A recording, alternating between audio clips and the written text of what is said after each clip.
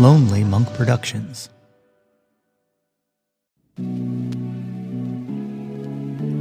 I don't know if y'all have heard Sway by Lofthouse yet, but yo, that's my Jawn!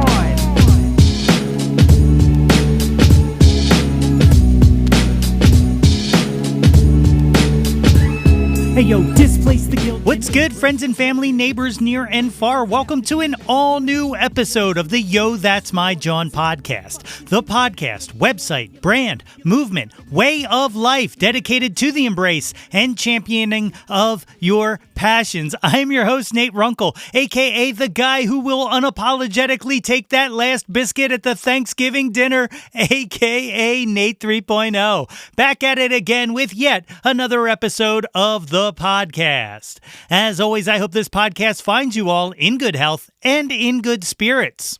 On today's episode, I am joined in conversation by Brian Walker, a.k.a. A Day Without Love. We have a killer chat about his life and music and his latest album, A Stranger That You've Met Before Today. I had such an incredible time, and I'm stoked to be able to share that here with you. And that is coming up in a minute. But before we get into that, happy gobble gobble, everybody.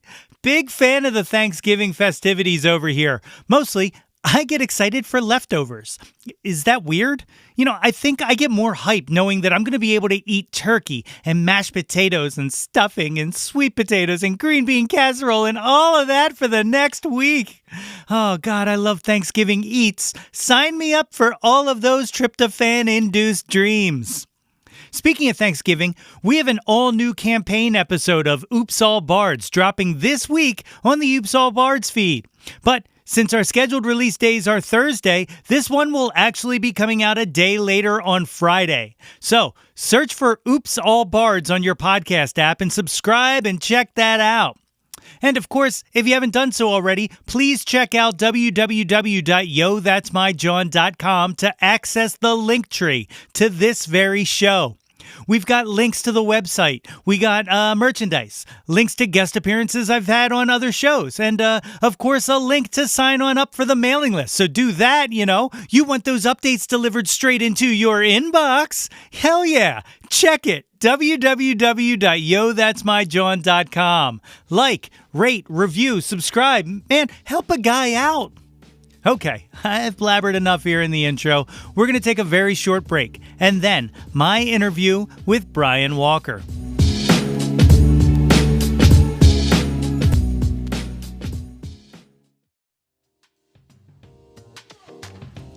Yo, That's My Jawn is brought to you by Liquid IV. Guys, it is festival season, and you know me, I love a festival, and the secret to enjoying a festival is to stay hydrated. Liquid IV has you covered while you prep before, power through to the headliner, and recover after the weekend. Liquid IV hydrates 2 times faster than water alone with 3 times the electrolytes of traditional sports drinks. Man, I love Liquid IV. It comes in a convenient packaging, and it's tasty. When you see me at the Exponential Music Festival this fall, you know that I will have Liquid IV on me. And it comes in 12 delicious, refreshing flavors to keep your hydration routine exciting. All right, strawberry used to be my favorite, but they have this new one. It's strawberry lemonade, and it is a banger. 1 stick of Liquid IV in 16 ounces of water hydrates you 2 times faster and more efficiently than water alone. It's non-GMO and free from gluten, dairy, and soy. Liquid IV believes that equitable access to clean and abundant water is the foundation of a healthier world. So Liquid IV partners with leading organizations for innovative solutions to help communities protect both their water and their futures. To date, Liquid IV has donated over 39 million servings in 50-plus countries around the world. Okay, and you can get 20% off when you go to liquidiv.com and use the promo code YTMJ at checkout. That's 20% off anything you order when you shop Better Hydration today using the promo code YTMJ at liquidiv.com. Do it, and let's get our fests on. My guest today is a multi-genre and multidisciplinary creator on a mission to spread good vibes and help others rise above their own struggles.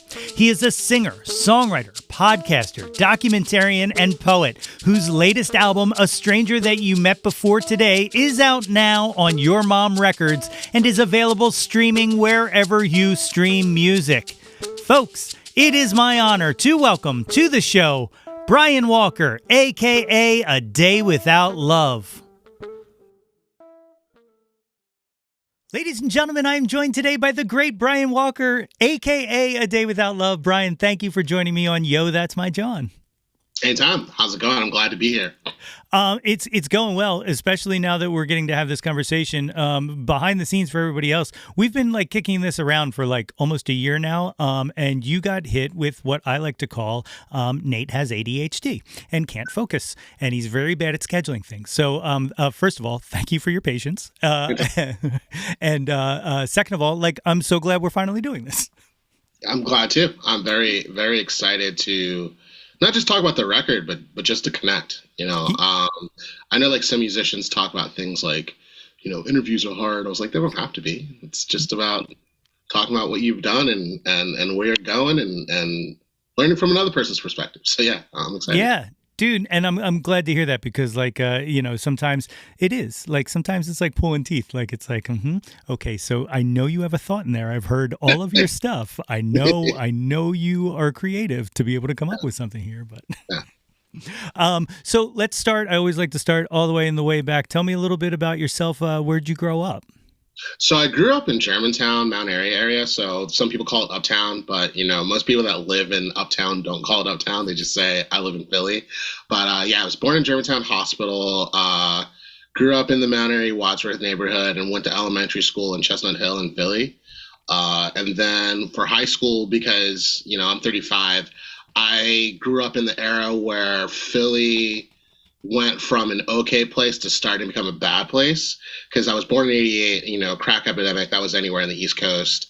And then in the 90s, things like, oh, you go to Martin Luther King High School, that was it was a bad thing to go to Martin Luther King High School. So I was raised by my grandparents, and they pretty much said, we're either going to move you to the South. So I almost moved to North Carolina, which is interesting because I was going to move to either Raleigh or Charlotte. And musically speaking, I'm pretty sure I would have became a rapper if that were the case, but that's not what happened. Or we're going to move you to the suburbs of Philly. So my grandma still wanted to stay close to the family. And I have a lot of family from North Philly, from Kensington to Olney to Allegheny, all the neighborhoods. So we moved to the suburbs in Springfield, Montgomery County, and finished high school there. And then I just transferred over to college. And even though I was in the suburbs, I was still in the city because all my friends from the city were from church and other activities. So yeah. Yeah. This is just a random question because I'm a Montco guy myself. For most of my life, little stint in Western PA, but for the most part, I've been in Montco. Yeah. What train line is that? What goes around there, SEPTA wise? So where I lived was interesting. So I lived during my high school years between the Chestnut Hill East, the Chestnut Hill West, and the Glenside. And because of that, granted, I did live other places. Currently I live in Boston, but I also lived in New York, and I lived in Long Island. And anyone that lives in Long Island knows the LIRR is the way to get to the city, in New York City. And similarly to Philly, if you live in those surrounding counties like Delco, Montco, Bucksco, or even Chesterco, you could just take a train right into the city, and then you take, the Broad Street, the MFL, and all that stuff. So because I lived where I lived, which was right outside of Wadsworth, Mount Airy, so even though I moved to the suburbs, I could still see Philly from where I was at. I literally never bothered to get a car until I was 28. And what I would do is I take the Chestnut Hill West because that was the quickest way to West Philly, go to a show, go to a party, whatever. And the train to Glenside, the last one got the Glenside at 2:20 in the morning. So it was what's the point of ever having a car? You were 28. I was 31. Same exact reason. Yeah, it's And then the only reason why I got a car was because my touring career started to expand because, I started touring via Megabus. Couldn't really afford owning a car in my earlier 20s. And I was just like, all right, so since Megabus is affordable, it's not really that affordable anymore, and Bolt Bus is affordable, I could travel to these cities and these towns for $5 and then make like, 50, $100, maybe even more, depending on my merch situation. And like, until it was like, okay, these 4-day tours are turning to 6-day tours to 7-day tours. That's when it was like, all right, time to get a car. Yeah. Backing up again, raised by your grandparents, what were they listening? Like, what was playing around the house then? Because there's a generation gap there then musically. So I grew up on a lot of jazz, neo soul, Motown, old school R&B. So like from Gladys Knight and the Pips, Bill Withers, Michael Jackson, Jimi Hendrix. Jimi Hendrix was the farthest I got into rock, like growing up, until I started meeting other kids and they introduced me to stuff. B.B. King, Freddie King, Buddy Guy. Like those were the things that I was just growing up listening to, The Temptations and so forth and so forth. And it wasn't until I was 15 that I met these kids from New Jersey on a family cruise that I got into rock and punk rock and learning things like Green Day, AFI, Smashing Pumpkins, and stuff like that. That's awesome. When did you start like playing music and stuff like that?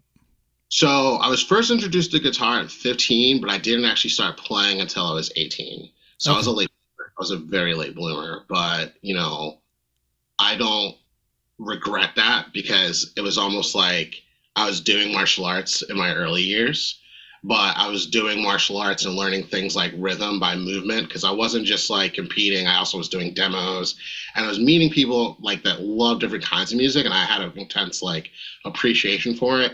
And then at 18, I was like, all right, I'm already competing in Taekwondo.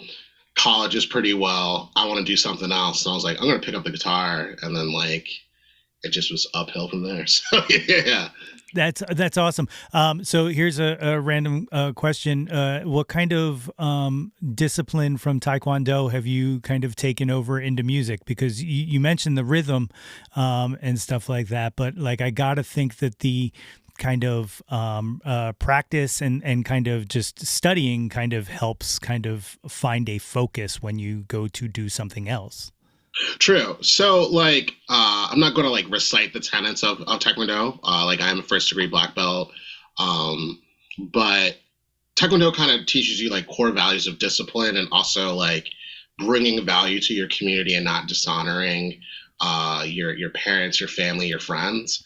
And while that's martial arts, I think that kind of translates very well to like independent and punk ethos. And I was just thought to myself, like, if A Day Without Love, like as a project, is about rising above and being a better person and taking your problems and making your lemons into lemonade, then how could I take that plus my plus my martial arts ethos and then turn it into like my philosophy as a musician and being a better musician. So yeah, definitely. And like I can absolutely see kind of that correlation between punk, because like I think that's one of the greatest misnomers of like anybody who is in the punk scene or has spent any time in the punk scene understands how important community is, but like it seems to outsiders, it seems antithetical to that when really like that's the core. You know what I mean? Like, mm-hmm. Yeah, it's wild. Like, and like, there's kind of like a family that you're not born into kind of spirit, like in that community as well. So like, I feel like the bond between people in a punk scene, or I mean, like a lot of scenes, but like that kind of found family. That's the word I was looking for. Like, I knew it would come to me at some point. But that kind of found family, like it to me sometimes is stronger than anything. Totally. I completely agree with that. And I definitely think I had that concept of found family pre-music from like martial arts. I found that like even like growing up in the church, I was a junior deacon in the church. I had that concept of found family. Like, even in Boy Scouts of all places, like I wasn't, and like I know society has like problematic like annotations towards both of those institutions, but like that wasn't my experience. Like, Right. and I'm not saying that the bad experience is not real. I'm just saying that my experience really kind of made me accept punk as well as hip hop because like, despite releasing and dropping like punk records relatively. I also have like quite a bit of features in hip hop. Actually, I'm going to drop a verse later tonight with another person, but like I have an uncle who's a hip hop DJ in Augusta, but like got to start in Philly with guys like Larry Gold in the '80s, right? And then moved down to Atlanta late '90s, and he's worked with people like Gucci Man and things like that, and like him, granted, I can't say he's my mentor, but like just growing up under that and then having other uncles that played like guitar, the idea of community and like finding what's important to you really like I can't say it was taught to me directly, but it was things that I absorbed like a sponge growing up. So yeah, definitely from being around it. And by the way, now that you just mentioned it, I just before all of this heard you spitting over the Dilla beat that's on YouTube, and yeah. I like that. Thank you, I appreciate it. So around 18, you start playing guitar. Are you immediately writing songs? Like, are you immediately getting your thoughts out, or are you kind of just playing in bands and covering other stuff, or? So no, and what's funny about that is like writing songs, like writing prose or lyrics or bars. I had been doing that since I was 11, but I wasn't doing it publicly. Like I was nervous. I remember at 11, I was writing like poems to girls I had crushes on, but never sending it. Writing about Pokemon, Power Rangers, like you name it, right? But then moving forward to 18. I didn't actually start thinking about like, wait, I could take my love of writing, like words, and my love of playing guitar. I didn't think about putting those two together until I was like 21, like 2021, roughly. So those 2 years, I didn't think about, hey, I could join a band. I just was like, learn what I could learn and see what could happen. And then I met this band that was from Philly and Jersey called Track Royalty, and they kind of adopted me, saying like, "We think you have talent. Open up at our open mics." And like, I would play places in Jersey. I played the Trocadero, R.I.P., things like that. And then when I transferred colleges, because I was at Lehigh University, and then I transferred over to Penn State, I noticed that Penn State was a heavy cover scene, and like Philly has always kind of been like, this is your place to be yourself, cut your teeth, and just see where you get in when you fit in. And I noticed Penn State didn't have that, and that didn't make sense to me because, like, trivial fact, Penn State as a college is like granted, there's people from all around the world, but like that main campus is pretty much 30, Pittsburgh, Philly, New York City, right? And I mean, I can't speak for New York City despite living in Long Island, but at that time I was like, if 30% of the kids here are from Philly, they can't be enjoying the cover bands. So I started this thing called the Songwriters Club, and I think that is kind of like what gave birth to me like writing music, recording music, playing at open mics, doing hour sets, doing charity concerts, opening up for bands. And I didn't call the music A Day Without Love, but like at the same time, I just was like finding out like what does it mean to be a performing musician without realizing like this was the goal. It was just kind of like, I'm just trying to learn how to be good, So yeah. Could you imagine, and I know this is a stupid question because no, of course you can't imagine it, but could you imagine at that time, like that essentially you were building the building blocks of what you would use for almost now the rest of your life, like being able to organize something, out of nothing and put shows on in spaces that maybe don't have a show, don't have a show space or something like that, like. I'll be honest, no, because the other thing that was interesting, and back to the community point of what you said, I was also in this like local Philadelphia political organization called Youth Action. They still exist.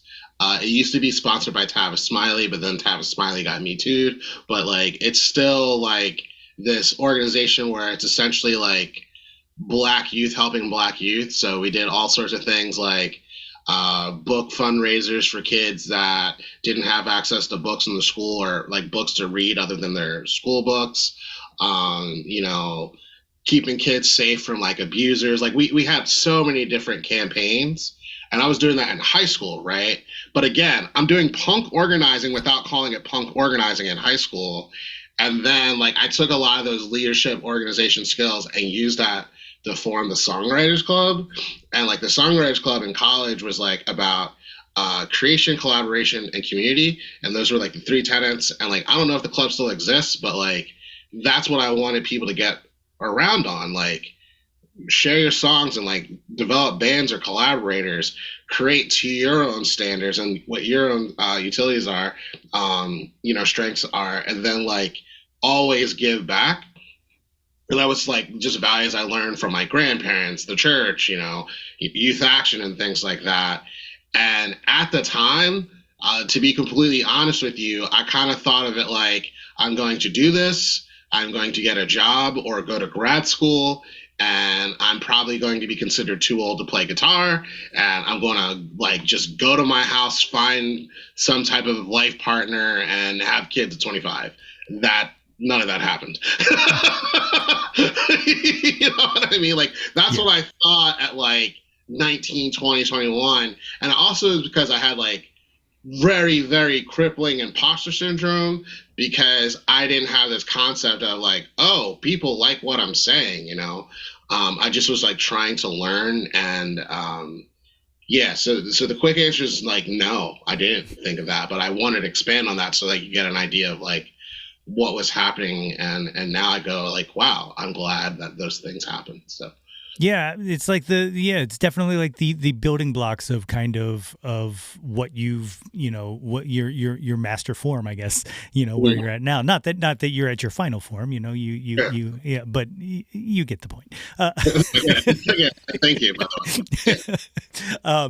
But so, you know, you start that Songwriters Club, and are there any collaborators from that you still kind of communicate with or work with, or? Yeah, there's a number of people that like live in Philly that I still talk to just like casually, or just people I've talked to like across the country. Like, so there's this one guy named Nate, and Nate Spillman lives in Seattle, Washington, and he has a covers club where, and KXP even features it, believe it or not, but he has a covers club that's like digital, where people vote on a song, and they vote on a song to cover, and it's like a virtual chat, and everyone listens to their versions of the same song, and they support each other. I haven't done it in a while simply because I've been touring and like recording and stuff, but like whenever like things are in the off season, which is about to come up, I usually hop on, and we all like do different covers. So like we've done like the Gorillaz, we've done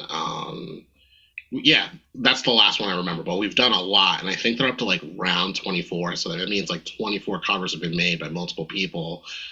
There's also Zane Matsko, who like lives in Philly, but I think the one, there's a lot of people I communicate with, but the one that I communicate the most with is Hugo, and Hugo is a Nigerian rapper who lives in Jersey and runs his own podcast, and it's like a video podcast where like you can see on the YouTube and stuff like that. So yeah.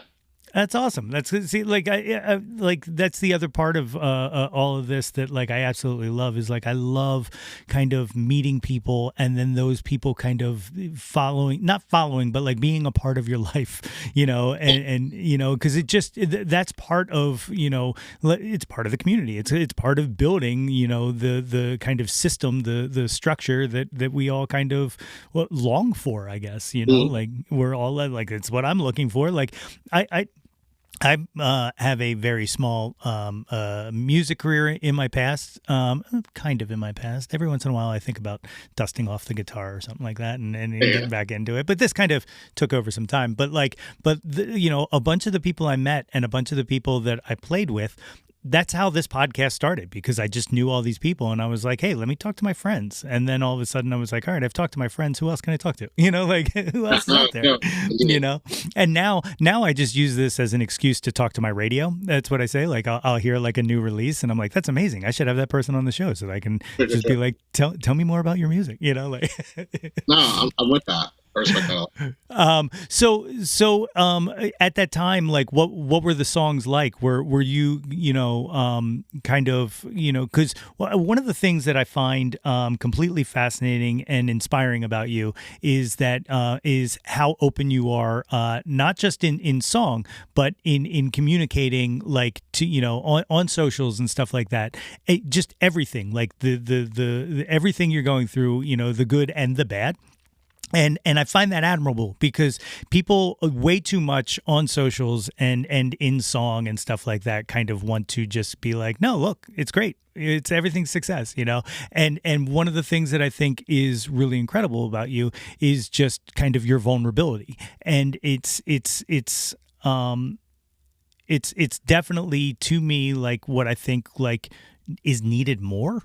Especially nowadays, like it's just I kind of had this conversation about social media recently where like we all hate it and we all talk about how fake it is, yet here we are all doing the dance, and I don't understand why that is. Like if nobody likes it, why are we doing it, right? So and it takes people like yourself to kind of break out of that, to show that like there is another path to do it, which was a long way to go back to. Was your music as vulnerable back then, or did that take growing into? Yes and no.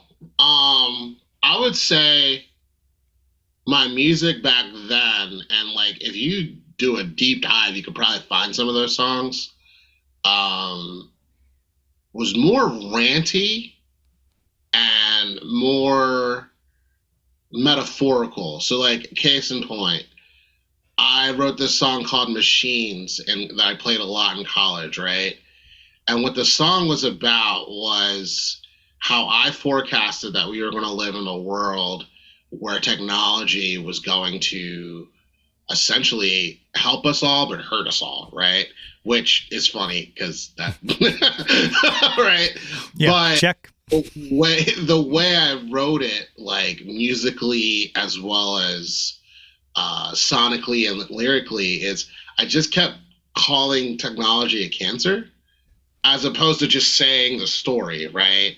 I also did that with another song called Clouds in the Sea, where instead of writing about unrequited love, I referred to my love of this person as the distance of clouds in the sea. And like, I could get back into metaphorical writing, but I think what really kind of led me to hate it is because when I would see other people like do these metaphors, I was like, that person just needs to say what they feel. And then I was like, well, look at myself. And then that's when I said, like, no more metaphors. I'm just going to tell the story. And that's not to say that I don't have metaphors at all.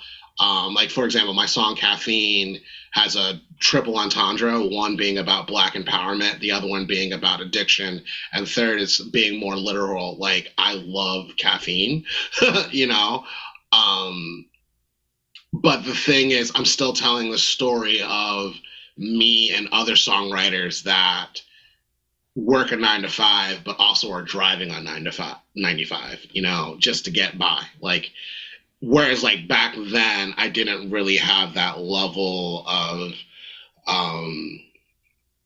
layering in my songwriting. Like, not only did I become just a better musician, better singer, better guitarist, but back then it was just kind of like, let me play 3 chords and just yell a lot. Versus, and like make it as self-deprecating as possible, use words like pontificating, you know, like who uses pontificating every day? You know, I don't, do you? Yeah. You know, whereas now I'm like, how can I be relatable, not just to myself, but also to other people so that I'm more accessible? Yeah, well, it's very successful because I like I said, like you have a lot of stuff that absolutely resonates. You know, and I think that, like, you know, it kind of goes back to what I was saying about the socials. Like, I feel like the more the wall comes down, the more like I want to engage with something. You know what I mean? And part of it's just like I'm too old and too tired to like have to break through a facade to kind of understand where things are coming from, you know. I like and also like I hate coded stuff. Like I'm just so tired of like, you know, just all of this code. Like I just like something up front and just tell me what you think. You know what I mean? Like, yeah, and I like that you said that, because I noticed, not only just from like playing with more songwriters and not just songwriters but just shows, that I noticed that like some people love to speak in, like, I'm going to make this a metaphor to get to my point. Some people want to speak in triangles, pentagons, and heptagons, but really they just want to speak in a circle. And I think that could be very frustrating for both the listener as well as the player, because like take Jimi Hendrix for example, great guitarist, great singer, but if you really look at his lyrics, what was he talking about? I really don't know. He really loved using colors to describe these abstract situations, and it worked for him. But like saying something like living with the days behind the rivers of my red daisy just to fill in my sands, like he could have just been talking about drinking from a red Solo cup. You know, like that's the difference between being more direct versus like a little too metaphorical. And it works for some people, but I don't think it works as much as it used to. So. Yeah, I remember the point for me where like it started to, where all of it started to crack, and it affected my own songwriting for a while. And that was, you know, the Aerosmith song Pink. All yes. Right. The worst metaphors ever. Like, it's not even like, it's like, what are you doing? Like, you're not even trying. It's like they gave up even trying. So like around that time, you know what I mean? Like, it's like, dude, if you're going to do it, just fucking say it. Like, you're not like, it's so bad. It's not like you're, you know, writing some kind of poetic thing at that point, you know, like I just got to a point where I was like, if nobody's going to try, then why are we playing this game? Essentially, right? And that was like where it started for me. And then like it kind of grew into like, you know, I don't want to kind of mix thoughts here, but like somewhere around 2016, and I don't really remember exactly what happened. I think we know what happened. I just lost patience with everybody. Okay, like I really did, and I lost patience for things that I thought we all agreed on. Okay, that we don't clearly all agree on, and now I kind of just need to know upfront that we agree on things, you know what I mean? And I know that's like, I know that's dismissive, and I know that like cuts off a whole, you know, conversation with certain people and all, but like I really just need to know, like I just need to know where we are, you know what I mean? Like before we can even start. I'm with you on that, because like to take it even deeper, like outside of music, like when that happened, I even took it to the point of like typing in certain code words on my social media to see like who have I been like connected to that really isn't for people that look like you and me, like, you know what I mean? I learned a lot. So no, I definitely hear you that a lot. Yeah. So yeah, that kind of lends to it. Like it's kind of like a perfect storm of a bunch of stuff that kind of thrusted that into the diatribe that I just went through there for no reason. But hey, so you know, you're starting to write and stuff like that. When does A Day Without Love start? Because it started as an actual band, correct? Yeah, so A Day Without Love started when I was 24. Like there are some writers that say like I've been doing this since college, and the thing that I think people don't understand, and I want to clear this up, is I flirted with the idea of A Day Without Love in college because I wrote a poem about A Day Without Love, because I saw a couple, a man and a woman, fighting, and the man started beating the woman, and I stopped it, and I called that poem A Day Without Love. And I futzed around with so many different band names, sometimes called it Brian Walker Project, some called it Black Magic. There were so many weird names that I made, but I didn't really call my music A Day Without Love until I was 24. And the reason why is because I was homeless. I was homeless in grad school. I had a job. I had an internship. I had a grad school career, and I was in my last year of grad school. And Hurricane Sandy hit. I was not allowed to stay in my apartment because of the living conditions, and I was just crashing in libraries, crashing in friends' houses, crashing wherever I could, like a person who is without a house would. And I remember this one specific time where I crashed out in public, and a man tried to urinate on me, and it didn't work. And I went to my house, even though I wasn't allowed to be in my house at the time, and I played this song called "Wake Up." You can't find it anymore. I took it down from the internet, but it was a metaphor. This is a metaphor song about me waking up to my own potential, my surroundings, and knowing that I need to move forward no matter what happens, right? And that became one of my many mission statements to write this project where I write 7 to 10 albums. I'm on the 4th album, so there's still a lot left, about why a human should look at all of their problems and accept themselves for who they are and move forward to rise above their own adversity. So at that time, that's when I called it A Day Without Love. And that was in 2013. Like, the event happened in 2012, but the recording, the writing, all that stuff, like the birth of it happened in 2013. So like, this is the 10th year of A Day Without Love. And yeah, it started out as a band. I had a friend who was really good at drums at the time, another friend that was really good at lead guitar, and another friend that was good at production and bass. And I just asked them, hey, can you be my band? And we would play shows, and we played a lot of Philly shows. And I was still scared of touring, so the touring era of me did not come out yet. And I think the farthest we ever got was like some Pocono show. Lineup changed here and there, but guess what? Lineups change all the time. And yeah, I played as far as like the Poconos, but mostly stuck to Philadelphia, a few Monco shows here and there. And then the rest is history. But yeah, that's how it started. So, you know, Sandy? Is that what you said? Yeah, Hurricane Sandy. Yeah. Where were you going to school when that happened, or where was? I was at Hofstra University in Long Island. Okay. My master's, and it was like it didn't feel good. It was bad. Yeah. Yeah. Did you lose anything in the house? Fortunately, no. So the thing is, the reason why it wasn't considered livable is because granted I lived off campus. There was no heat, electricity, or water. Gotcha. So it wasn't like it was a place, but it really wasn't a place.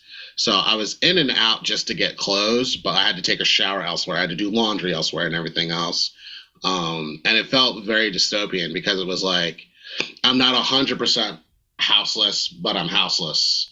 Right, you know? Sure. I have no place to keep my food, so I have to figure out what do I eat each day while still like having this internship with JP Morgan and like working at a school that makes all this money, and they didn't have any spaces for a dorm or a temporary dorm. So it just was it felt weird. Like, despite, like, I'm not a zodiac person, we're going to say this for joke, like, despite being a Libra, I wasn't very balanced. You know, I like it. That is a lot to process, and it's got to feel like it's not even surreal. Like, it's got to feel like just kind of completely perplexing to have to navigate the world of like, okay, I'm going to work for the internship now and have to pretend. Like, did you have to pretend that everything was fine, or like? Oh, so many times, like, and it felt dystopian because like anyone that's been to Long Island knows that like, yeah, there are low income neighborhoods, but to scale compared to like Philly or Detroit or New Orleans, they're all affluent.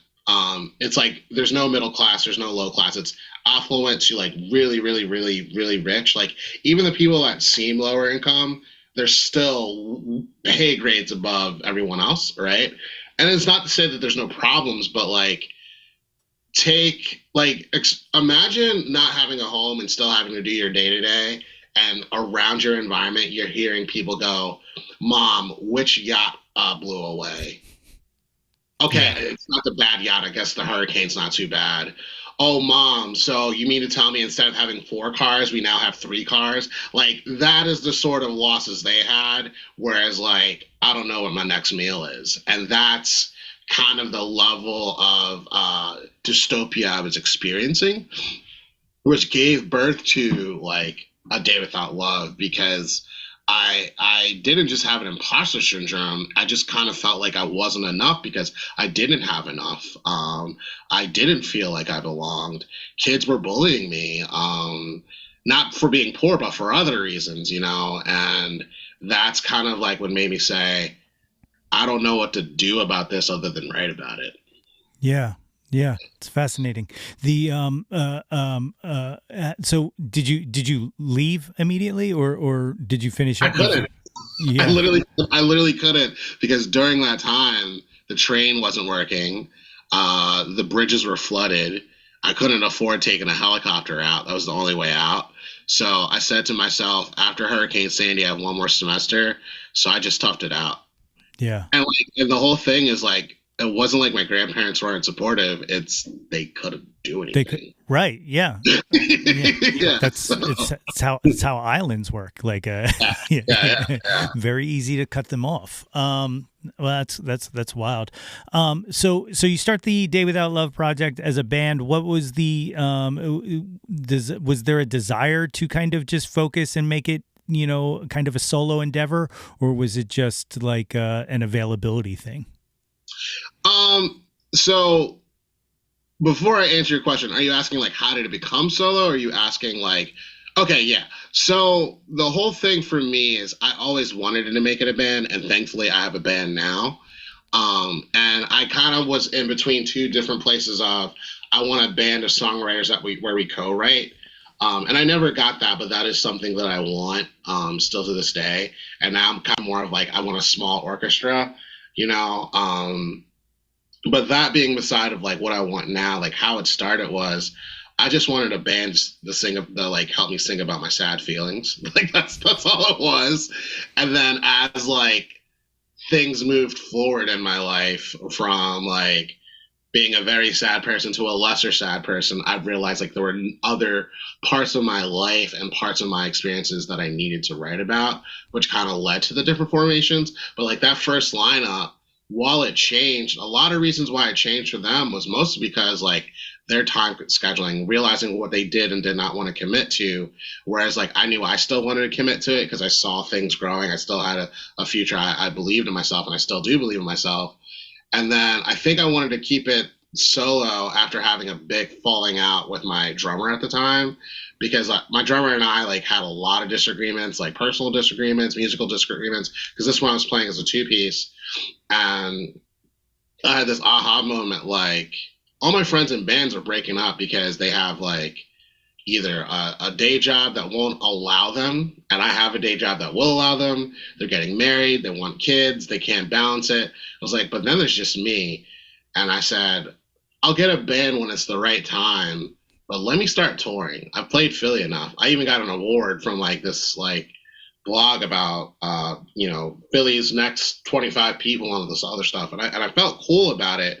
But then I was like, I need to figure out what do I want, and that's why that was part of why I wrote Diary, because like Diary was my second album, and my first album was Solace, and that was about like finding comfort in my own suffering, finding myself after becoming sober, experiencing like the loss of my grandfather with cancer. It was just like literally finding comfort in my literal suffering. Whereas Diary was like a prequel to Solace about, well, what is the suffering?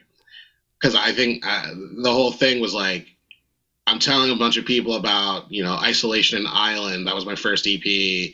Why I Won't Kill Myself and Confessions of the Innocent Mind. Then I did a split, which is about like my mother with cerebral palsy who didn't want to raise me. And then I talk about my suffering, but I didn't really talk about what the suffering was, which needed to be a solo record. And I toured on that record for a number of years. And then through that touring, I met all these other musicians. And that's where the collaboration record came in. And I was like, hey, I could still be solo, but not only am I going to be solo, I'm going to learn how to play with different instruments and different types of singers to determine what my next thing's going to be about. And that's where Mega Jawn came out. And then the pandemic happened. And then that's when I said, I don't know what's next. I'm just going to figure it out. But while figuring it out, that's why I wrote this next record, which was a homage to everything that I did, but also interpersonally was about, if you feel lost as a musician, you're not. You could find a home. So that's kind of like the trajectory. Like, while it's a lot of music, like in that 3 minutes I just explained to you, that's what each iteration of A Day Without Love is about. That's incredible. Because you know, like you just said, that is a lot of music. Like, what was there, like 11 EPs or something like that in there, or something like that? So I have 4 full-length albums, 13 EPs, but I took 2 down, so it's now 11. 3 studio albums, and I have 16 collaborations that like you could find across the internet, and it's about to be 19 in a few months. It's unbelievable, dude. And then just for the listeners who don't know, on top of that, also a book of poetry, a podcast, a documentary, plus touring. Okay, so here's my question, because I am one guy with one podcast that sometimes releases on time. Okay, how do you fight burnout? And the reason I ask this is because shout out to the IUP-UI student of the podcasting course there. I did a seminar where I was like a guest speaker, and somebody asked me that exact question: how do you handle burnout? And I told her I don't. I said, whenever you see a change in seasons in the podcast, that's because I burned out, and I was like, I'm never doing this again. And then I came back and I was like, it's season 3. Yeah. No, I completely resonate with that. I feel like I'm still learning that. And I'm starting to learn how to do that independently, because like through a lot of my phases as a musician, there was either a loss of life of a family member or a friend, a falling out with someone I had been dating with, or just like a lot of trauma. And during those trauma scenarios or periods, those trauma periods of my like creative life, I would push through, and good or bad things happened. And now I'm kind of more in an era of it's okay to take a break without burning yourself out. Like, for example, I haven't released a Dreams Not Means podcast episode in about 4 months. However, that also has to do with the fact that I've been touring. I've been working on the release of a record. I've been brainstorming what my goals are. I like hired a consultant on like, how can I do this more efficiently and things like that. And now, like this week, I'm going to email like roughly 50 to 100 musicians from countries that I haven't talked to, and see if I could schedule some interviews. So it's kind of like throw the spaghetti, see what sticks, right? But I'm also going to tell all of these people, you don't have to like schedule it now. Tell me when you want to schedule it, right? Yeah. Musically, I've learned how to be more efficient each record I've done, and how to delegate accordingly. So like, while I just released A Stranger That You Met Before a month ago, I'm already sitting on like 19 songs. And instead of making this record as ambitious as A Stranger That You Met Before, I'm looking to make an 8 to 10 song record on people pleasing and living with your own emotional and psychological imperfections. So like the record's mostly about anxiety, and it's different from Solace, because Solace is like, how do I find peace when I'm traumatized as hell? Whereas this record's going to be like, how do I not be so sorry? Yeah. Like dealing with my anxiety and stuff like that. And in that record, something that I typically do is I write a bunch of songs and just do the elimination method. But no, this time I'm looking at it as like write what comes to heart, but then also take those songs, write about, as an outline, this is the title of the record, what makes sense to this title, but limit it to 10 ideas, right? With one interlude or so. So like that's kind of like how I'm working to prevent myself from burnout, because what I used to do before is like I'd write all of these songs and I'd be like, none of them are going to be hits. And like I've detached from the idea of hits.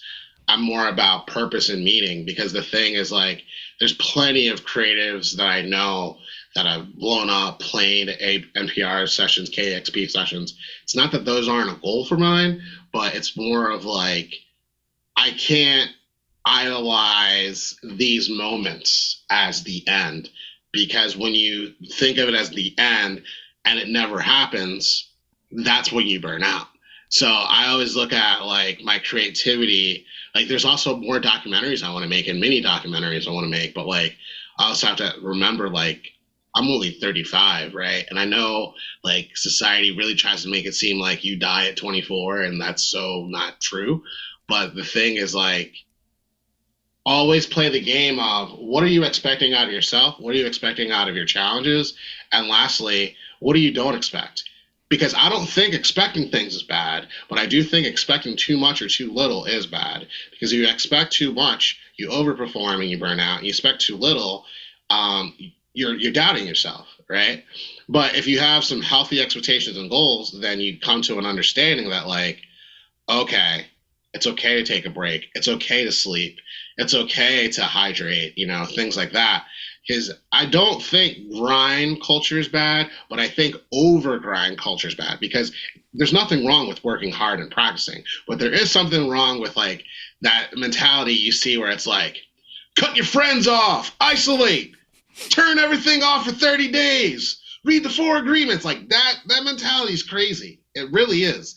And that's where I say that's why people are burning out, because they're following these like insane gurus, if you will. So, yeah. You know what? I've talked about this a few times, but the thing that always burns me out is when I lose the thread. Like when I start like looking at and it just takes. And this is what I told the student was like, every once in a while, I have to go back and listen to like season 1 episodes and just kind of remember where I was and where I am now, and just kind of go, oh, right, this is why I do this. It's not because, like the number of downloads or streams or because I don't know if you know this or not. You said you've taken a little break, but Apple Podcasts changed the way their downloads work, and with the iOS update, and in the past like month or so, things have gotten a little tight for your boy. No, but but it's a weird time, because it's the same time that like this podcast comes out on what used to be Anchor and is now Spotify for podcasters. All right. And Anchor's draw was you could monetize at any level. And once Spotify took over, they were like, not so fast. And then now they've changed the parameters to the only downloads that count towards monetization or being eligible for monetization are direct Spotify downloads. It has nothing to do with any other download and stuff like that. It's one of those things where I'm like, okay, this is starting to get like, frustrating in that like, what? So now I'm going to drive everybody to Spotify. I'm not going to do that because no offense to the people who host this podcast, fuck Spotify. Like I'm not fucking directing people there. You know what I mean? No, I'm totally with you about that, because like, I don't understand how Spotify picks and chooses, like as a podcaster or a musician, who should be heard versus who shouldn't be heard. Because like, case in point, I'm on an editorial playlist for folk punk, and that's all good and well. But like, I say this without ego, but more objectivity. I gig more than most folk punk musicians, like in general. But there's some artists out there that dropped a record, haven't promoted it, haven't even only made one Instagram post, don't gig, probably work at some like shop or for some office, and Spotify, Twitter, like will pump out all the promotion, put them on every playlist possible. And the question is like, part of it is race. Like I saw a shirt yesterday, black is an algorithm, because there is like the invisibility of the internet because like you're a black creator. But at the same time, the rhyme or reason is just so inconsistent, because there's people out there that are playing shows, that are promoting their podcasts, that are promoting their platforms, and these algorithms will censor you like nobody's business. Like yesterday, I got one of my posts taken down that I posted like 2 years ago, singing about French fries with a friend, like a touring friend. French fries, like literally French fries. No weird undertones or anything. Or on the podcast part, there was a time where Anchor had top 10 black podcasters you should check out. And then it was like, if you are a black podcaster within the Anchor community who speaks about music or culture, and I was like, all right, well, Jeans and Not Memes is hosted by a black person. I speak about music, culture, politics, the whole nine. I was like, I think I qualify. They said, click here. So you would click to like have your podcast listed. And then it was supposed to be listed on a podcast playlist with Spotify. Why did it take me 3 months to be seen?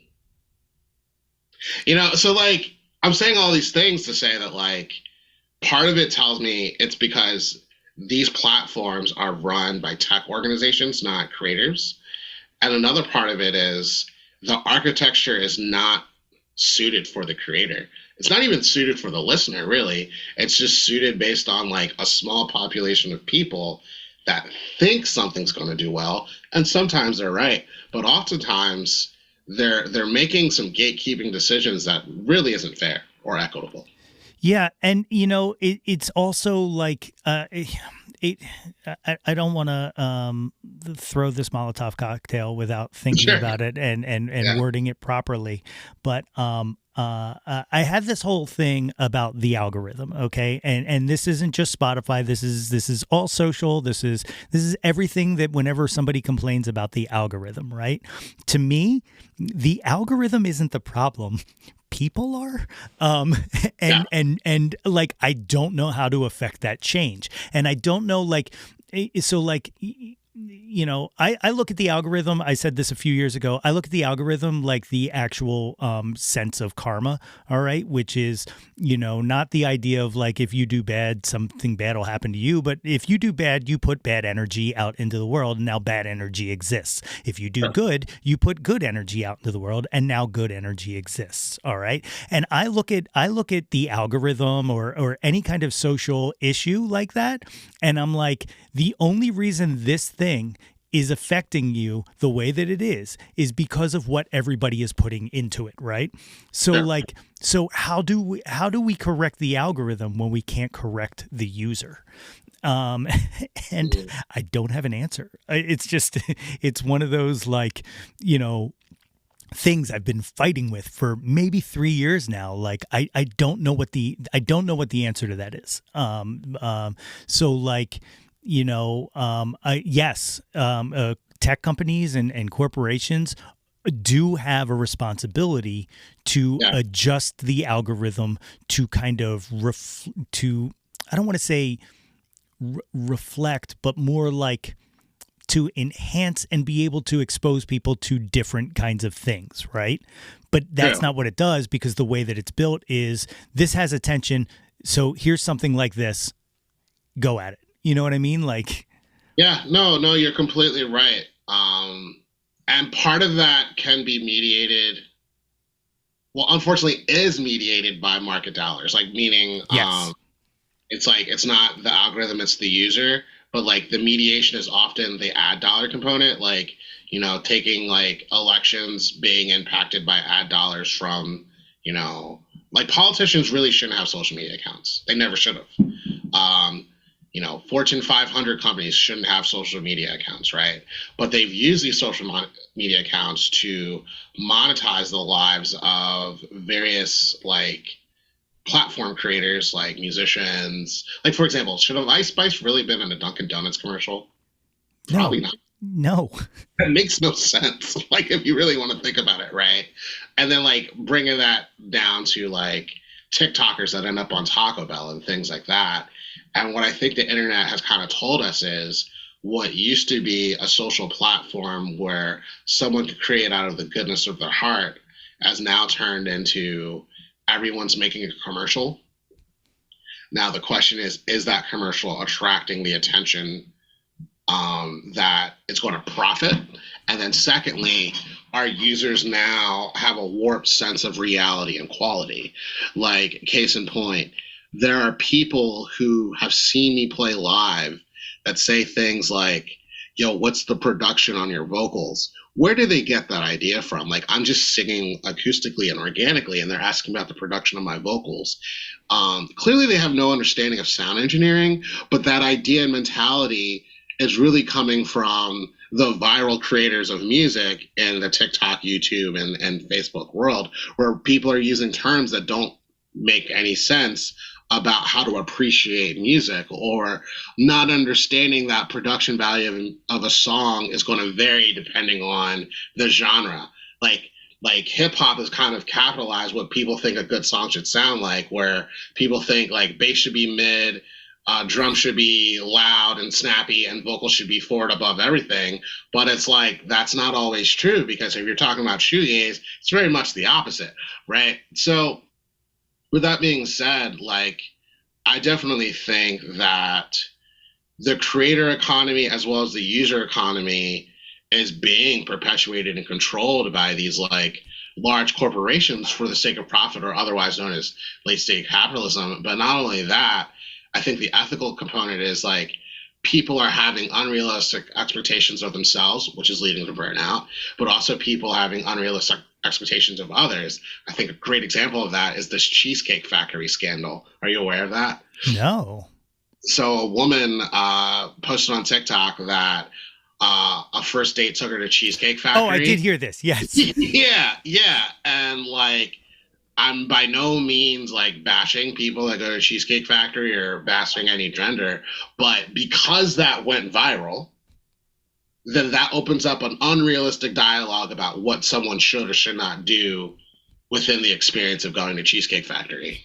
Yeah. You know, and it's weird because like that's one of my other major complaints about a post-internet society is that like nobody wants to be a fan anymore. Everybody has to be an insider. Like the fact that we talk about box office numbers or first week streams and sales and stuff like that, and more, we talk about that more than we talk about like reviewing the actual product. It's like, well, like reviews are now like, well, people didn't like this, and it's like, okay, I'm not asking what people. I want somebody to tell me critically what you thought of it. You know what I mean? Like, people are letting other people make the decision for them. Or like another thing that I find interesting, like relative to music, is musicians are literally like wearing themselves out for getting a certain amount of streams in a period of time and not letting the album breathe, or people releasing albums and not even know how to play their album anymore. It's pretty crazy. Yeah. The turnaround time on a release, and I mean that even as like a fan, you know, like the fact that like all of these artists that I love, I'm not going to shoot any shots because like, hey, whatever you got to do to make money, like I am not coming down on anybody for this. But the amount of bands that I know that are releasing cover albums of like, I did someone's a cover album of somebody else's entire album. I'm like, what are you doing? Like, I know that you just put out an album that you worked incredibly hard on and you spent maybe 4 or 5 months on it, and now you're done, and now it's like, here's my cover album of fill in the blank, you know, like it's weird to me. And like it's just not sustainable. Like it's not sustainable. I'm about to fire off into a, but we're making everything way too disposable. And we're doing it because we're chasing something that isn't sustainable. Like and it scares me. Well, the whole question is, and I wrote this as a lyric for an unreleased song, is, are we chasing dreams or are we chasing dopamine? Either way, I know it challenges the self-esteem.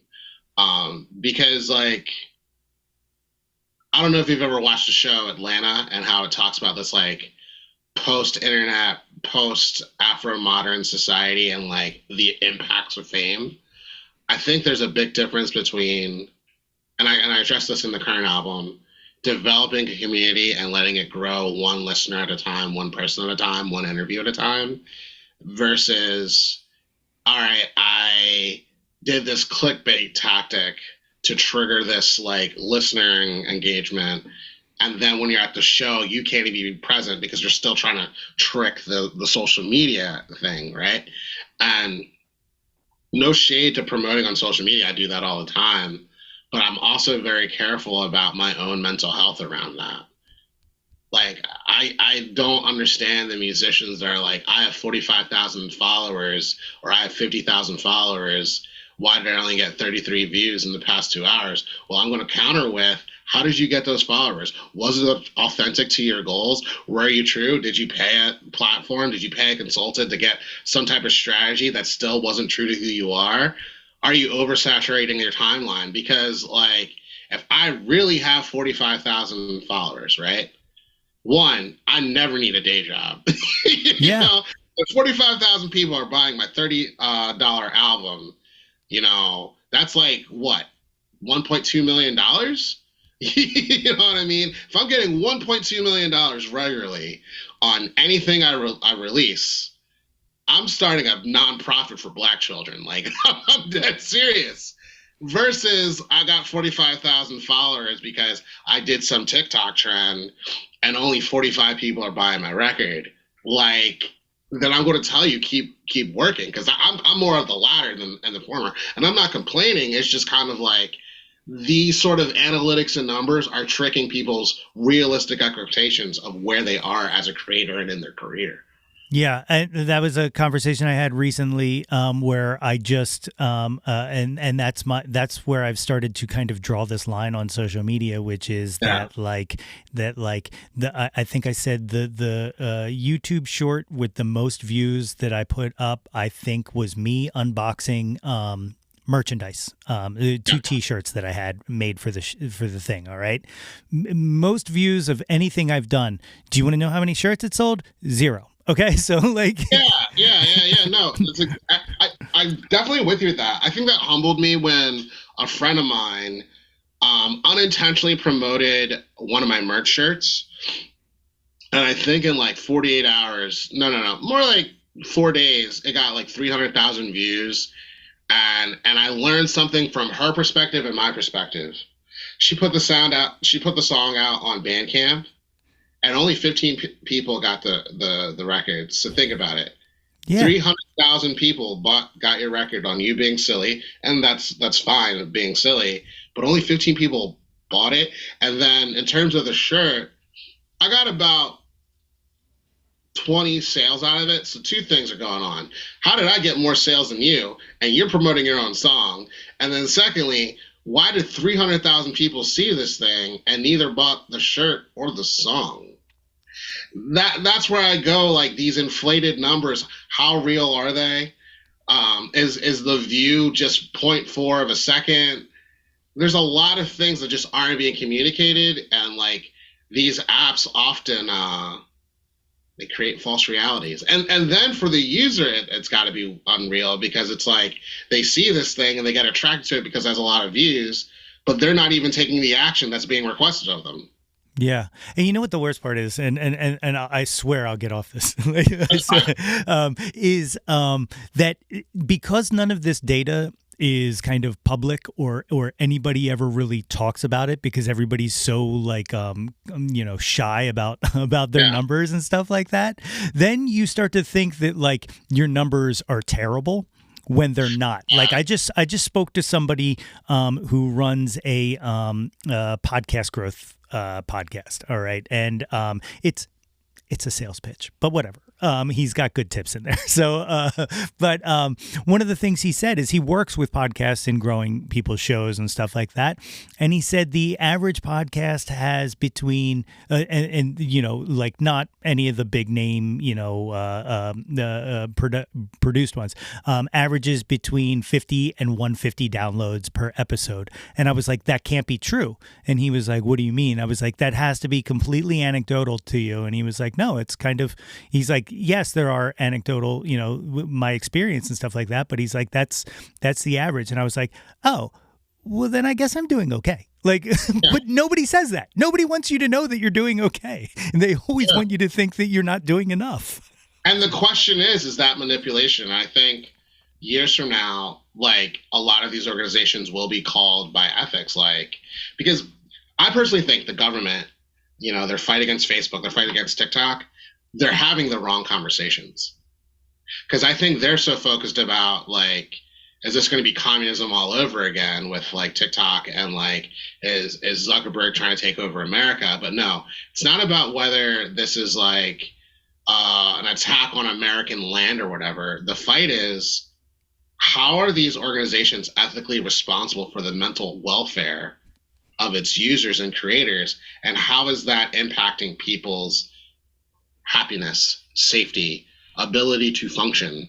And I don't know when, like, the people in power are going to be able to have that conversation, because I've met many people who have 500,000, not even 500,000, 50,000 and up, who genuinely are damaged by these platforms. Like, they can't function in real life. They're not going outside to go for a walk. They're not going to the gym. They're not, like, you mind, I'm a remote worker.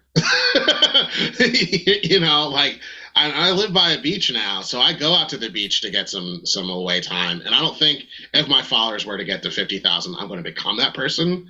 But, like, a lot of creators, music and non-musical, like, they're not okay. And the platforms are going to have to one day speak on that. Like, hey, we made them the algorithm this way so we can manipulate you into coming back.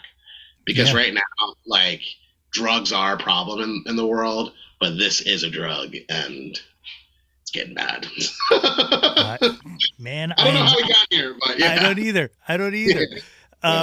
So I want to jump into the Jauntlet questionnaire that I close things out. But before I do, maybe I'll ask you a question, I don't know, about your music. But here's a question. You don't have to answer it if there's an answer you don't want to give. And that is, DIY or Die is catchy as fuck. Okay. Yeah. But I want to know, who's singing for corporate? Is there someone specifically you're directing this at? Is this a diss track? It is a diss track, and it's really about a number of people, and I think this is a cycle that I've seen so many times, and I don't say it bitterly. I say it with an honesty objection. It's not like, wish I was in your situation. It's for the people from every hometown, city, and neighborhood that was playing, the local DIY shows, the local festival, and they get picked up by a label, and then suddenly they're back in the coffee shop that you knew them at, and they erased all their music, they stopped playing gigs, and something went wrong, and they're not communicating, because it's like they signed to, like, an Atlantic Records or a Columbia or a Vagrant or whatever it might be, and they kind of dissociate from who they were, because they went from playing to 50 to 200 people to more like thousands of people every night, and suddenly they get on an ego trip, but really they lost their entire rights to be creative. I am all for people that, like, get to travel the world and grow as a musician, but I'm not for people that metaphorically or literally, we're not going to get into Illuminati, like, lose their sense of self just for the sake of fame or attention, or lose their sense of rights. Like, I actually said this sarcastically to someone that said, like, what's better, if I release my song and 100 of my friends come to my show, or if I release an album and I get 1,000 friends that come to my show? I said, what's better is if you could pay dental insurance or not. Because it's like, it's not about these algorithm tricks or so-and-so label got you. It's more about, can I create and can I live? Yeah. Because I could care less. I mean, granted, I'm on a label, and the label I'm on knows this, but, like, my bottom line is share my story as efficiently as possible and grow it as big as possible. But don't rob my freedom to go to a therapist, or, keep going to, like, recovery meetings, or, brushing my teeth, et cetera, et cetera, et cetera. Because this, like, that lifestyle is not real. It's not. Like, people have needs, and I think a lot of times people sign into contracts without thinking about their needs. So. It's awesome. Awesome. All right. At this time, you ready to jump through the gauntlet? These are my stock questions. It starts with the one-hit wonders. First one, Billy Joel or Elton John? Who do you prefer? I'm going to say Billy Joel. Yeah. Does any of the Long Islandness sink in on that one? It probably does, to be honest with you. Yeah. Also, I think Elton John's music's too long, so that's okay. That's, yeah, it's fair. That's fair. Debbie Harry or Joan Jett? Joan Jett. I actually got to eat lunch with her once. So yeah. Really? Yeah, in Long Island. So yeah. All right, I dig that. Aretha Franklin or Tina Turner? Aretha, because Philly. So yeah. I think it was Adam Weiner from Loca Connie had an answer for that because I go back and forth every once in a while, right? But he was like Aretha for her voice, Tina for her performance, and I was like, God damn it! Like why did you say that perfectly? That's valid. Yeah. Tina's also got a crazier story, so yeah. Yep. Nirvana or Pearl Jam? Nirvana. Yeah, I kind of sensed it. Janice or Stevie Nicks? Stevie Nicks. Okay. Big one, Beatles or the Stones? I would choose the Stones over the Beatles. Hell yeah, me too. Yeah. But I will say, did you follow this whole Now and Then thing? The new Beatles song? No. Okay, I don't know. So they used AI to recreate John Lennon's to separate John Lennon's voice from the piano on a cassette demo that he recorded back in the 70s. And then Paul and Ringo and George back in, I want to say late 90s, early 2000, tried to when they were doing the first anthologies, tried to do something with it, but they couldn't get it to work. Well, now they actually laid tracks, so they have George Harrison tracks on it, and then now Peter Jackson's company did something to be able to just isolate Paul's vocals, so they released a new final Beatles song, and there's a 12-minute documentary out about it, and it's overwhelmingly beautiful. And then they released a music video for it, and it's goofy. The song is good. I really like the song, but the music video they released, they superimposed them next to younger versions of themselves and stuff, and it's just goofy. I don't know what they were doing. They had something beautiful and they ruined it. But check out the documentary because it's really fascinating. Gotcha. Interesting. Last one of the one-hit wonders, Bohemian Rhapsody or Stairway to Heaven? I'm gonna say Bohemian Rhapsody. Hell yeah. I'm right there with you. All right, so top 10 countdown. I don't have to tell you this. Even though you left us and you moved to Boston, Jawn can be whatever you want it to be. It doesn't have to be music. Yeah. Number one, First Jawn. What were you first obsessed with when you were a kid? I was obsessed with a lot of things. I'm going to say Dragon Ball Z was my obsession. Yeah? I worked at Sam Goody when Dragon Ball was at its heat, at its peak, and the amount of VHSs that we sold of episodes, and whenever a new one would drop, the lines would be out the door. That shit was enormous. Yeah, I believe it. And it's weird to me because as big as it is, people still talk about Pokemon and stuff like that. I'm surprised not as many people talk about Dragon Ball Z. And I'm surprised that nobody has tried to make an Americanized version of it as a film. It confuses Someone me. did, and it was super low budget, and it went to shit, to be honest with you. Oh, really? But I do think that's going to come back again. And the reason why is because this year, someone did a renew of Rurouni Kenshin, which is a different anime, and was really, really, really good.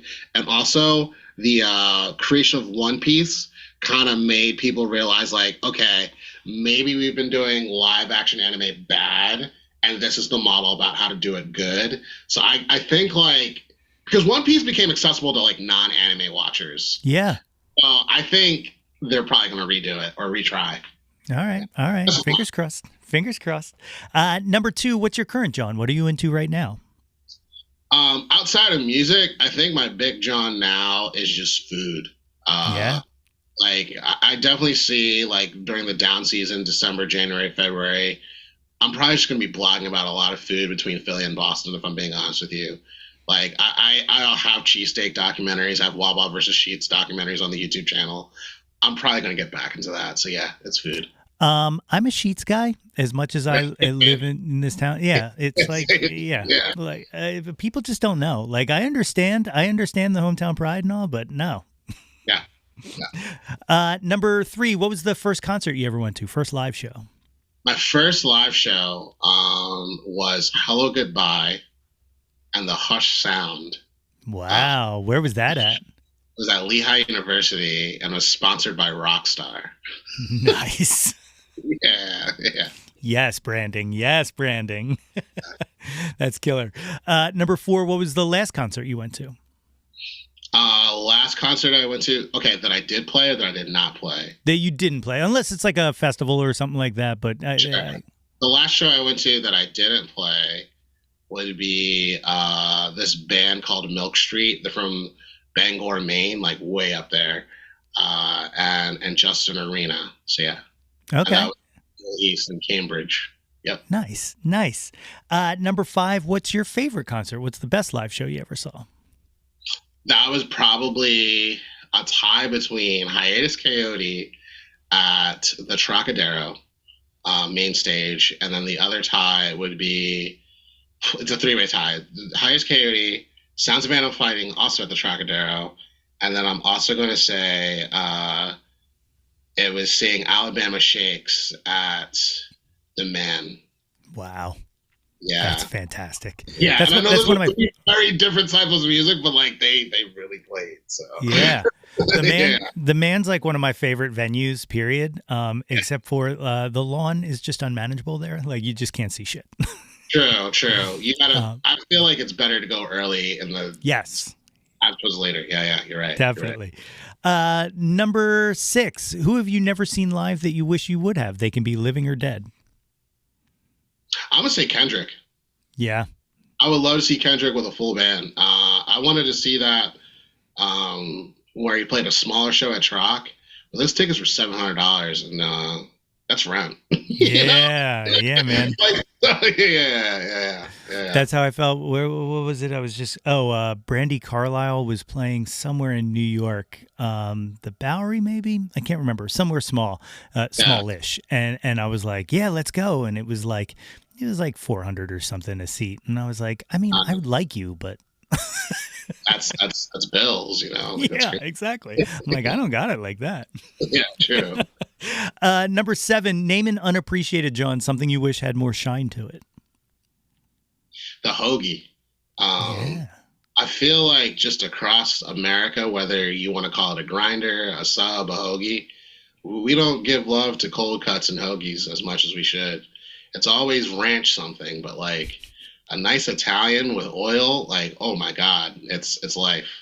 Like that's the cure to depression, to be honest with you. So I don't disagree. I used to work in a sandwich pizza shop, and like you everybody always says, oh, I bet you got sick eating the same stuff over and over again. I didn't. You know why? Because it's phenomenal and you never get sick of it.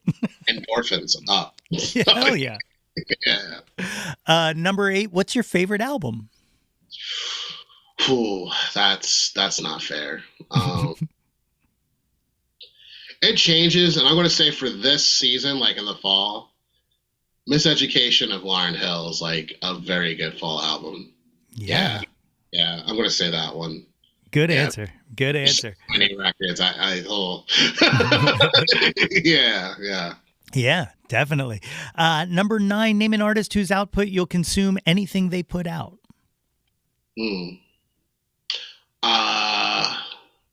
He is no longer with us, but I know he's got more records, but I'm going to say Mac Miller. Yeah. I haven't gotten it yet, but I really want to get a copy of that Tiny Desk on vinyl. Like they did it as a limited thing, and then it finally came out, and I still just haven't picked it up yet, but that is definitely just like otherworldly. Like it was just unexpected. And no one saw it coming. Yeah. Like, I mean, well, my friend who actually is like friend of a friend with him was like, yo, your boy Mac died. I was like, oh, Malcolm from the street? Like, I was not thinking about Malcolm Miller. I was thinking of like like a different guy. And I was like, no way. And then, yeah, so. Oh, it's so tragic. So tragic. Number 10, what is your favorite Jawn of all time? Can be anything you want it to be. I'm going to say the experience of playing a really good show and just having a good meal. And then just ending it with like hanging out with my partner and watching a movie. Like that's like the best. Could also involve an outdoor activity like going for a walk pre-show. But like that's like just having those experiences where like you're doing what you enjoy and there's no like attachment of like outcomes or like you have to please anyone. You're just enjoying and being like that. That's my favorite Jawn. God damn, that's beautiful. That is absolutely beautiful. So A Stranger That You've Met Before is out now. It came out in October and it's out all streaming spaces, right? Yeah. And then the vinyl is available through Bandcamp, correct? Yep. And there's only 39 copies left, so if you want to get it now. So there will be a second pressing, but the first pressing is special. So yeah. That's awesome. I'm glad I got it in early on that, and I can't wait to get that. So if these good people want to find you on the socials, what's the best way to track you down? Find me on everything under A Day Without Love. Some of it's going to be A Day Without Love band like TikTok, but everything else is just A Day Without Love, and you'll find my updates on where I'm flyering, where I'm gigging, where I'm recording, who I'm recording with, the whole nine. Like I said, there will be food posts too. So yeah. Awesome. It'll make us all hungry. Brian, thank you so much, not just for doing this, but also, one, for the patience of waiting for me to get out of my own way and finally make this happen. But also for creating just all of the music that you've created and the community that you've brought with it and the things you do to kind of affect the world. And, you know, not selfishly either, like just trying to make a better place. And it's incredibly admirable, and I absolutely appreciate you, and thank you so much for doing this. I appreciate you so much as well, and this has been a very great episode, and I look forward to hearing it and sharing it with others. My thanks again to Brian for joining me on the show today. A Stranger That You Met Before Today, the new album by A Day Without Love, is out now on Your Mom Records and available wherever you stream music. And the vinyl is still available to purchase at adaywithoutlove.bandcamp.com. You can catch A Day Without Love live at the Rockwell in Somerville, Massachusetts, next Thursday, November 30th at 7 p.m. Follow him on the socials at A Day Without Love on Instagram, Twitter, X, and YouTube, at A Day Without Love Band on TikTok, and at A Day Without Love Music on Facebook. And of course, for more info, you can check out Brian's website at www.adaywithoutlove.com. Links to all of those are, of course, here in the show notes. If you haven't done so already, please be sure to subscribe to the Yo, That's My Jawn podcast wherever you get your podcast from. And turkeys, it is never too late to get yourself a super awesome Jawn Scout Merit Badge for Citizenship of the World just by rating and reviewing us. Don't forget to visit www.yothat'smyjawn.com for the link tree with links to articles, merchandise, all of the previous episodes of this podcast, guest appearances on all other pods, and more. And while you are there, be sure to sign up for our mailing list to get all of the updates delivered straight to your inbox. Like us on Facebook at facebook.com/YoThat'sMyJawn for updates and live streams. Follow us on Instagram and Twitter X at YoThat'sMyJawn and search Yo That's My Jawn on YouTube to find the Yo That's My Jawn YouTube channel. Like and subscribe the heck out of that ish. We want to hear from you. Reach out and touch some Jawn. Happy Thanksgiving, friends. I got a lot to be thankful for, and you guys are a big part of that. So, as always, thank you for listening. Blue skies. Until next time, everybody. Hey yo, displace the guilt and embrace the pleasure. Your taste in music doesn't have to be. Yo, That's My Jawn is a Lonely Monk production written and produced by yours truly, Nate Runkle. Theme song by Phil Tyler Music featuring Nate 3.0. Special thanks to Fox Run Brands, DX Ferris, Andrew Scott, Natalie Runkle, and the incredibly brilliant and wickedly stunning Katie Daubney. If you or anyone you know has any ideas they would like to share or any guests they would like to hear on the podcast, please feel free to reach out to us at yothat'smyjawn@gmail.com. Or you can leave an audio message for us and possibly hear yourself on a future episode by visiting anchor.fm/ytmj/message. Until next time, be sure to displace the guilt and embrace the pleasure and shout to the world, yo, that's my Jawn.